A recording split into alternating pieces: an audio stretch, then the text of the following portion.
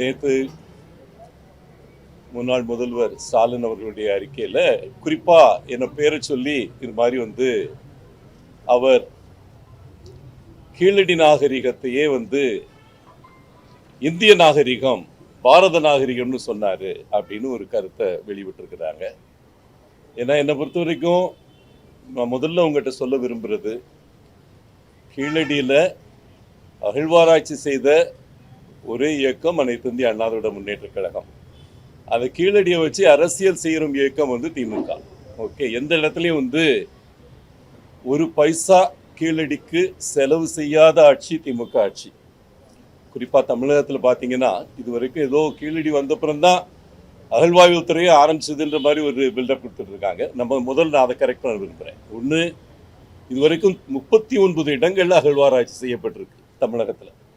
அந்த 39 இடங்கள்ல 33 இடங்கள்ல அகழ்வாய்வு செய்ய உத்தரவு போட்டது அதிமுக அரசாங்கம். புரட்சி தலைவர் காலத்தில் என்னைக்கு அவர் முதல் இடம் அவங்க எடுத்து செய்தாரோ அதிலிருந்து கீழடியும் தாண்டி இன்னைக்கு ஈரோட்டில் கொடுமணல், அதை பற்றி இன்னைக்கு அவங்க ஸ்டிக்கர் ஒட்டிட்டு பேசுகிறாங்க.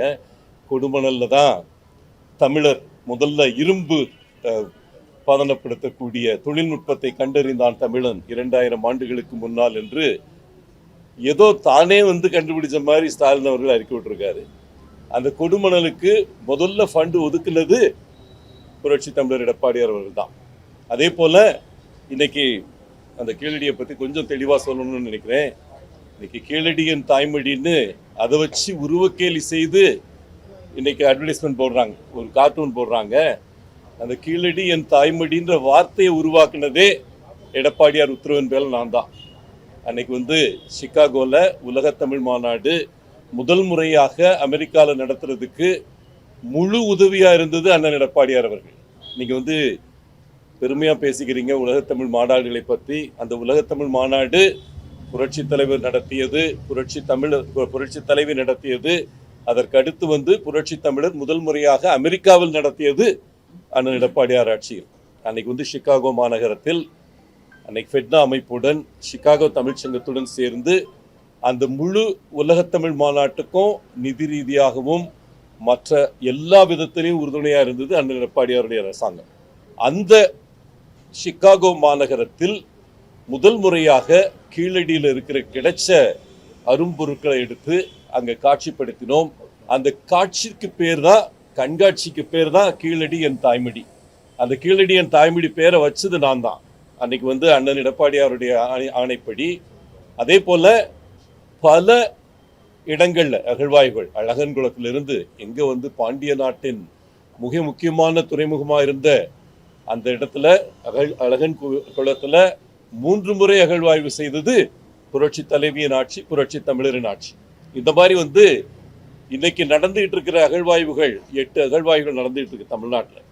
இதுக்கெல்லாம் வித்திட்டது புரட்சி தமிழரின் ஆட்சியில் தான். 15 தொல்லியல் நிபுணர்கள் தேர்ந்தெடுக்கப்பட்டார்கள் தமிழக அரசாங்கத்துக்கு. இன்னைக்கு எந்த மாநிலத்திலையும் இந்த அளவுக்கு தொல்லியல் நிபுணர்கள், அதே போல நம்ம கார்டோகிராஃபர்னு சொல்லக்கூடிய அந்த கல்வெட்டை படியெடுக்கக்கூடிய நிபுணர்கள், இதெல்லாம் அதிகமாக இருக்கிறது தமிழ்நாடு தான்.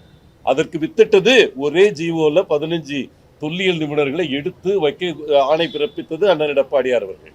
இன்னைக்கு கீழடின்னு பேசுறீங்களே, அந்த கீழடிக்கு அருங்காட்சியகம் உருவாக்கியது. முதல்ல 21 கோடி அலாட் பண்ணி அந்த இடத்துல அந்த அருங்காட்சியகத்தை திறந்து வச்சது. முதற்கட்ட பணிகள் நிறைவு பெற்று அந்த இடத்துல ரெவென்யூல பெரிய பிரச்சனை இருந்தது. அந்த விவசாயிகள் இடம் கொடுக்க மாட்டேனாங்க.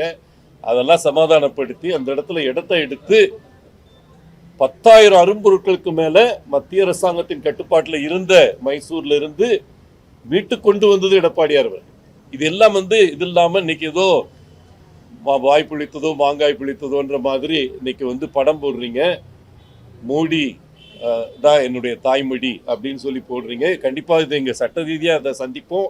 அதுக்கு மேல டிஆர்பி ராஜா அவர்களே, ஏதாவது கொஞ்சம் மனசாட்சி இருந்தா, ஒரு பைசா கீழடிக்கு ஒதுக்காத திமுக அரசாங்கம் 2006 இருந்து 2011 வரைக்கும் கீழடியில் அகழ்வாய்வு செய்ய வேண்டும் என்ற எத்தனையோ கோரிக்கைகள் வந்த பொழுது அன்னைக்கு கலைஞர் தலைமையில் இருந்த திமுக ஆட்சி ஒரு பைசா ஒதுக்கல. அந்த 5 ஆண்டுகள் 2006 இருந்து 2011 வரைக்கும் இந்த இரு துறைகளுக்கும், அருங்காட்சியகம் மற்றும் தொல்லியல் துறைகளுக்கு திமுக அரசாங்கத்தால் ஒதுக்கப்பட்ட பணம் 5 ஆண்டுகள் சேர்த்து 9 கோடி.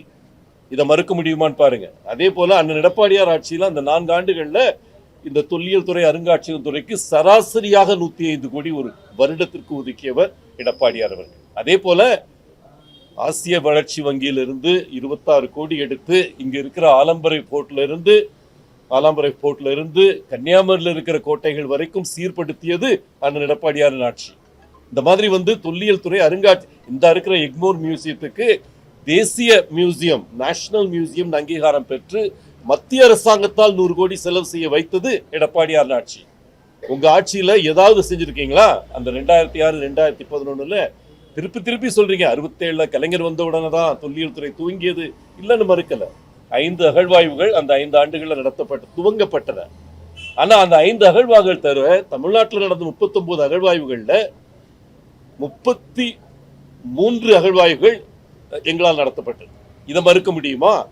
ஏன்னா 67க்கு முன்னால ஒண்ணும் இல்லை, இந்த துறையே கிடையாது, இந்தியாவிலே துறை கிடையாது. அதுக்கு நீங்க துறையை ஆரம்பிச்சீங்க.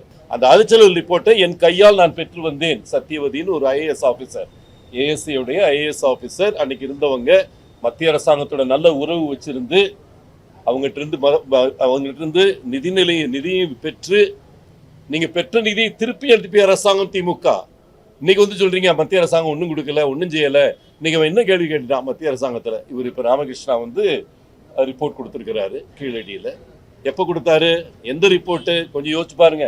2014, 2015, 2016 இந்த 3 ஆண்டுகள்ல மத்திய அரசாங்கத்தால் செய்யப்பட்ட அகழ்வாயுடைய ரிப்போர்ட்டை இவர் எப்ப கொடுக்கிறாரு? போன வருஷம் கொடுக்கிறாரு. ஓகே, என்னாச்சு 10 வருஷம்? ஏன் 10 வருஷம் அந்த ரிப்போர்ட் கொடுக்கல? செய்திகளை உடனுக்குடன் தெரிந்து கொள்ள கீழ்கண்ட கேபிள் மற்றும் டிடிஎச் நெட்வொர்க்குகளில் எம்நாடு செய்தி தொலைக்காட்சியை காணுங்கள். பாதகம் செய்பவரை கண்டால் நாம் பயம் கொள்ளலாகாது பாப்பா. மோதி மிதித்து விடு பாப்பா, அவர் முகத்தில் உமிழ்ந்து விடு பாப்பா. அண்மை செய்திகளை உடனுக்குடன் தெரிந்து கொள்ள இணைந்திருங்கள் எம்நாடு தொலைக்காட்சியுடன்.